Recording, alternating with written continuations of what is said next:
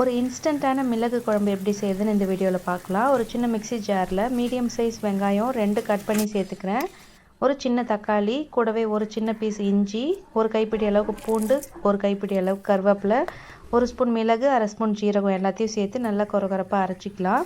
ஒரு பேனில் எண்ணெய் சேர்த்துக்கிறேன். கொஞ்சமாக வடகம் போட்டு தாளிச்சுட்டு நம்ம அரைச்சி வச்ச பேஸ்ட்டையும் இதில் போட்டு ஒரு 10 நிமிஷம் நல்லா வதக்கி விட்டுடலாம். இது நல்லா வதங்கி பச்சை வாசனை போனதுக்கப்புறமா ஒரு சின்ன லெமன் சைஸ் அளவு புளி கரைச்சி வச்சுருக்கேன். அதையும் சேர்த்துட்டு அது கூடவே 1/4 ஸ்பூன் மஞ்சள் தூள், 3 ஸ்பூன் மிளகாய் தூள் இதையும் சேர்த்து நல்லா கொதிக்க விட்டுடலாம். இது நல்லா ஒரு 10லேருந்து 15 நிமிஷம் வரைக்கும் நல்லா கொதிக்கணும். இதுக்கப்புறம் நல்லா தாராளமாக நல்லெண்ணெய் விட்டுக்கணும். அப்போ தான் நம்மளுக்கு சளி, இருமல் எல்லாமே சரியாகிறதுக்கு அது ஹெல்ப் பண்ணும். ஸோ இப்போ இந்த மாதிரி எண்ணெய் நல்லா பிரிஞ்சு வர வரைக்கும் சிம்மில் வச்சு நல்லா கொதிக்க விட்டுறலாம். அவ்வளோதான். இப்போ நல்லா திக்காகிடுச்சு குழம்பு. இப்போ நம்ம ஸ்டவ் ஆஃப் பண்ணிவிட்டு ஃபைனலாக ரைஸோடு மிக்ஸ் பண்ணி சாப்பிட்டுக்கலாம்.